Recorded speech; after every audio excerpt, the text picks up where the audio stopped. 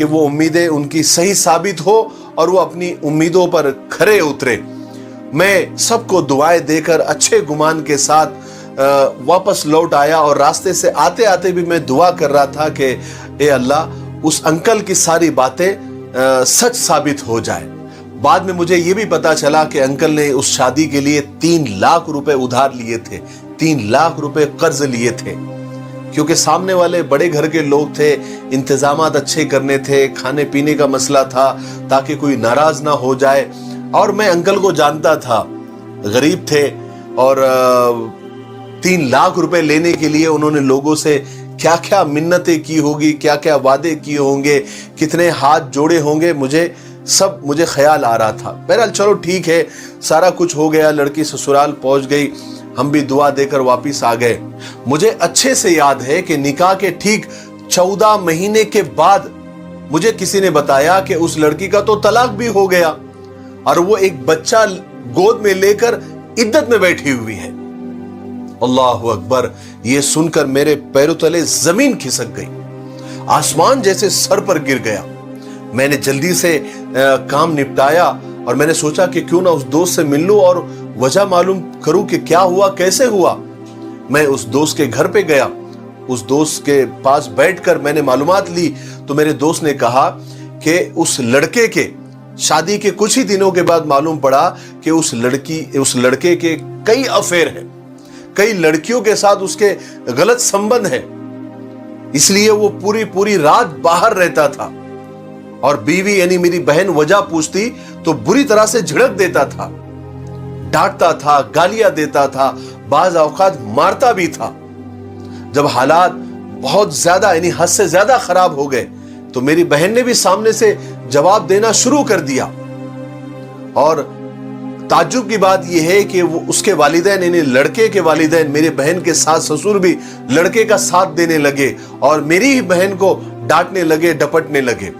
جھگڑے اتنی زیادہ بڑھ گئے کہ جب ہم وہاں پر گئے تو لڑکے نے غصے میں آ کر فوراً میری بہن کو جگہ پر طلاق دے دیا۔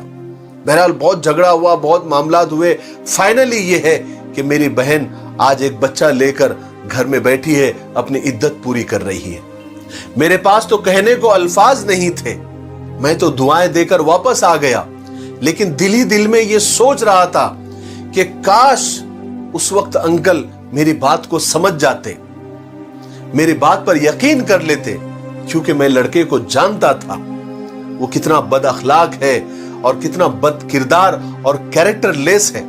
میں انکل کو سب سمجھا رہا تھا، میں نے ساری باتیں بتا دی تھی، لیکن پھر بھی یہ سوچ کر کہ پیسے والا ہے، خوش رکھے گا، اللہ کی قسم یہ تباہ کر دینے والی سوچ ہے، اپنی بیٹی کو برباد کر دینے والی سوچ ہے۔ میں اکثر اپنی ویڈیوز میں اور اپنے بیانات میں کہتا رہتا ہوں کہ اسٹیٹس اور مالداری دیکھ کر رشتے مت کیا کرو، دینداری اور اخلاق دیکھ کر رشتے کیا کرو۔ ہماری اولادیں ہمیں مرنے کے بعد بھی دعائیں دے گی۔ کم سے کم رشتہ کیسے کیا جاتا ہے، ہمارے نبی پاک صلی اللہ علیہ وسلم کی وہ ہدایات، وہ حدیثیں تو پڑھو۔ اللہ کے رسول صلی اللہ علیہ وسلم نے فرمایا کہ شادیاں 4 چیزیں دیکھ کر کی جاتی ہے، ایک مال، ایک حسن، ایک خاندان اور ایک دینداری۔ تم 3 چیزوں کو مت دیکھنا، ایک صرف دینداری دیکھنا، اخلاق دیکھنا، کردار دیکھنا، اور آنکھ بند کر کر اپنی بیٹی کا رشتہ کر دینا۔ میرے بھائیوں یاد رکھو، رشتہ وہ نہیں جو دنیا کو دکھایا جاتا ہے، رشتہ تو وہ ہے جو دل سے نبھایا جاتا ہے۔ صرف اپنا کہنے سے کوئی اپنا نہیں ہوتا، اپنا تو وہ ہوتا ہے جسے دل سے اپنایا جاتا ہے۔ محبت وہ نہیں جو کوئی کر رہا ہے، محبت تو وہ ہے جو کوئی نبھا رہا ہے۔ مجھے امید ہے کہ اس چھوٹے سے سچے قصے سے ہم کو بہت کچھ سیکھنے کو ملا ہوگا۔ میرے لیے، پوری امت کے لیے، پوری انسانیت کے لیے خیر کی دعا کرتے رہیں۔ السلام علیکم ورحمۃ اللہ وبرکاتہ۔ یہ ہمارا مفتاحی تلبینہ ہے، یہ نبوی نسخہ ہے۔ آپ صلی اللہ علیہ وسلم نے فرمایا یہ پیٹ کی بیماریوں کے لیے بہت مفید ہے، اور یہ سنت بھی ہے, غذا بھی ہے, شفا بھی ہے, دوا بھی ہے. اسے بنانے کا بھی بہت آسان طریقہ ہے.